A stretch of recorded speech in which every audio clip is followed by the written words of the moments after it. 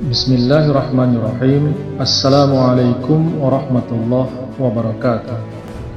Asyhadu an la ilaha illallah wahdahu la syarikalah wa asyhadu anna Muhammadan abduhu wa rasuluh. Amma ba'd. Maryam adalah seorang wanita suci yang telah bersumpah untuk tidak menikah dan mengabdikan hidupnya untuk agama. Namun terpaksa harus menikah karena ia telah mengandung dan tentu saja akan melahirkan. Berikut ini kelanjutan kisah Maryam yang telah sampai pada peristiwa di mana Maryam mengalami kesulitan-kesulitan saat melahirkan putranya, yaitu yang kemudian dikenal sebagai Isa ibnu Maryam. Setelah mengetahui Maryam mengandung, para imam besar atau para ulama Yahudi berusaha menutupinya. Mereka resah, mereka khawatir jangan-jangan telah terjadi perbuatan tak senonoh. Perselisihan pun terjadi di antara mereka sendiri, hingga mereka pun mengadakan undian untuk menentukan siapa yang harus mengurus Maryam dan mengatur pernikahannya dengan seseorang. Maka dipilihlah Yusuf, seorang tukang kayu yang dianggap cocok untuk menjadi suami Maryam. Tentu saja semuanya itu dilakukan secara rahasia. Yusuf sendiri sepertinya tidak mengetahui keadaan hamilnya Maryam pada saat pernikahan terjadi. Karena itu, Yusuf pernah berniat secara diam-diam menceraikan Maryam, tapi dicegah oleh malaikat yang berkata kepadanya dalam mimpi, agar jangan mengambil tindakan itu. Hai Yusuf anak Daud, janganlah engkau khawatir menerima Maryam itu menjadi istrimu, karena kandungannya itu terbit dari Ruhul Kudus. Matius pasal 1 ayat 19-20.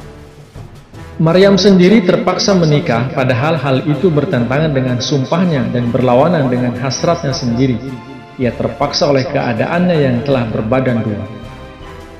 Kehamilan Maryam makin membesar dan waktu melahirkan pun segera tiba. Dalam keadaan seperti itu, Yusuf terpaksa membawa Maryam ke Betlehem. Al-Quran sendiri mengatakan, maka Maryam mengandungnya, lalu ia mengasingkan diri bersamanya ke suatu tempat yang jauh. Quran Surah Maryam ayat 22. Bethlehem kurang lebih 70 mil sebelah selatan Nazaret, terletak di atas bukit padas yang tingginya sekitar 2.350 kaki dari permukaan laut dan dikelilingi oleh lembah-lembah yang sangat subur. Kenapa Yusuf membawa Maryam yang sedang hamil itu ke Bethlehem? Alkitab menyebutkan bahwa Romawi yang saat itu menjajah Bani Israel akan mengadakan sensus penduduk. Karenanya mereka memerintahkan setiap orang harus kembali ke tempat dari mana mereka berasal. Yusuf berasal dari Bethlehem. Meskipun Maryam akan segera melahirkan, terpaksa mereka melakukan perjalanan dengan ribuan orang lainnya. Tiba di Bethlehem, Yusuf dan Maryam tidak mendapatkan penginapan. Ternyata dalam perjalanan itu Maryam tiba harinya untuk melahirkan. Malam itu terpaksa Maryam melahirkan di padang terbuka, tempat para gembala menggembalakan hewan ternak mereka.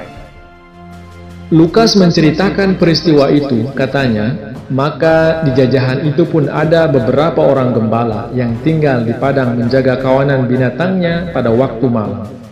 Lukas pasal 2 ayat 8. Sementara itu Al-Quran menceritakan bagaimana penderitaan Maryam saat melahirkan.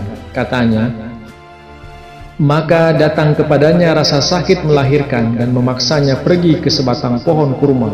Ia berkata, alangkah baiknya jika aku mati sebelum ini dan aku menjadi sesuatu yang dilupakan sama sekali. Quran Surah Maryam ayat 23. Yusuf dan Maryam terpaksa tinggal di padang terbuka dan Maryam berlindung di bawah sebatang pohon kurma untuk beristirahat di bawah naungannya. Dan boleh jadi untuk mendapat tempat bersandar di saat mengalami penderitaan waktu melahirkan putranya itu. Malaikat pun menghampirinya, janganlah engkau bersedih hati, sesungguhnya Tuhan engkau telah membuat mata air di arah bawah engkau. Quran Surah Maryam ayat 24. Suara malaikat itu memberitahukan kepada Maryam adanya mata air di sisi lereng gunung. Bethlehem terletak di atas bukit padas. Pada bukit itu terdapat mata air yang salah satu di antaranya dikenal dengan nama Mata Air Sulaiman. Mata air lainnya terletak pada jarak kira-kira 800 yard di sebelah tenggara kota itu. Keperluan akan air bagi kota Bethlehem dilayani oleh beberapa sumber mata air itu. Kemudian Al-Quran menceritakan, Dan goyangkanlah ke arah engkau pelepah batang kurma itu, ia akan menjatuhkan atas engkau buah kurma yang matang lagi segar. Quran Surah Maryam ayat 25. Saat Maryam melahirkan, ia berbaring di suatu tempat terlindung yang terletak di atas gunung, sedang pohon kurma berada di tempat yang landai. Dan oleh karena itu, Maryam dengan mudah dapat mencapai batangnya dan mengguncangkannya. Menurut ayat ini, kelahiran Nabi Isa telah terjadi pada musim ketika pohon-pohon kurma di Yudea sedang berbuah dan telah matang. Musim itu jelas bertepatan pada bulan-bulan Agustus hingga September. Tetapi sebagaimana kita ketahui, menurut umat Kristen, pada umumnya Nabi Isa dilahirkan pada tanggal 25 Desember. Hari itu diperingati pada tiap tahun di seluruh dunia dengan sangat meriah. Kemudian, sebagaimana disebutkan oleh Lukas, katanya, maka di jajahan itu pun ada beberapa orang gembala yang tinggal di padang menjaga kawanan binatangnya pada waktu malam. Lukas pasal 2 ayat 8.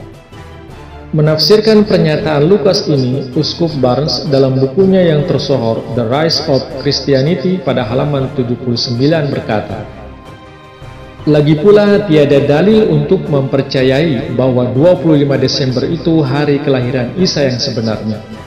Jika kita dapat menaruh kepercayaan sedikit saja pada cerita kelahiran Isa, dengan gembala-gembala berjaga-jaga pada malam hari di padang rumput dekat Bethlehem, seperti dilukiskan oleh Lukas, maka kelahiran Isa tidak terjadi di musim dingin, ketika suhu di daerah pegunungan Yudea waktu malam begitu rendah, sehingga adanya salju bukan sesuatu hal yang luar biasa.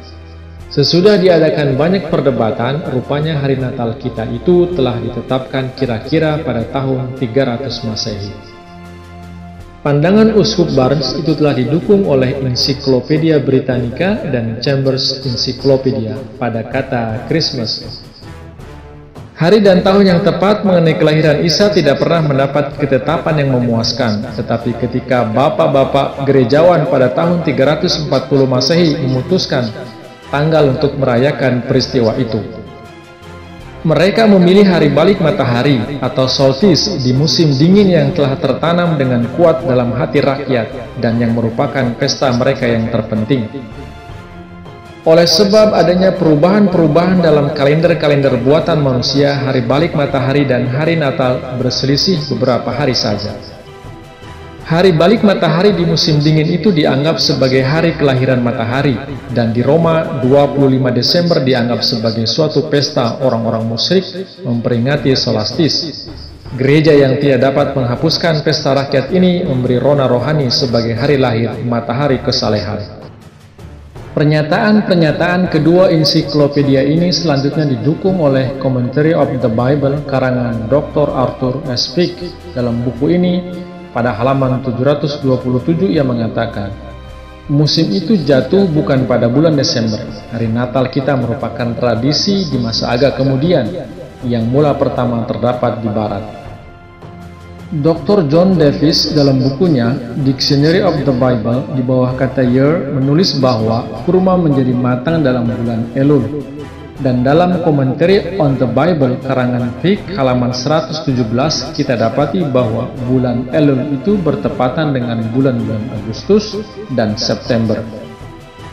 Dari pernyataan-pernyataan kedua buku ensiklopedia di atas dan didukung oleh kutipan-kutipan dari Commentary on the Bible karangan Dr. Arthur S. Peck, kenyataan itu nampak dengan jelas bahwa Nabi Isa dilahirkan dalam penanggalan Yahudi bulan Elul, bertepatan dengan bulan-bulan Agustus hingga September, ketika buah mematang di Yudea, dan bukan pada tanggal 25 Desember seperti gereja menghendaki kita mempercayainya. Dan ini pula pandangan yang dikemukakan oleh Al-Quran. Bahwa di daerah Bethlehem terdapat banyak pohon kurma didukung oleh Bible sendiri, Hakim-Hakim pasal 1 ayat 16, dan juga dari Dictionary on the Bible oleh Dr. John D. Davis.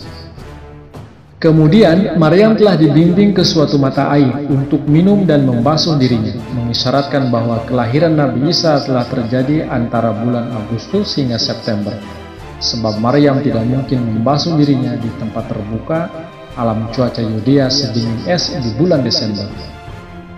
Dengan demikian, tanpa keraguan sedikit pun bahwa Nabi Isa dilahirkan bukan pada bulan Desember, dan berdasarkan bukti-bukti tadi, Nabi Isa ternyata lahir antara bulan Agustus hingga September. Wallahu a'lam bishawab. Jazakumullah. Wassalamualaikum warahmatullahi wabarakatuh.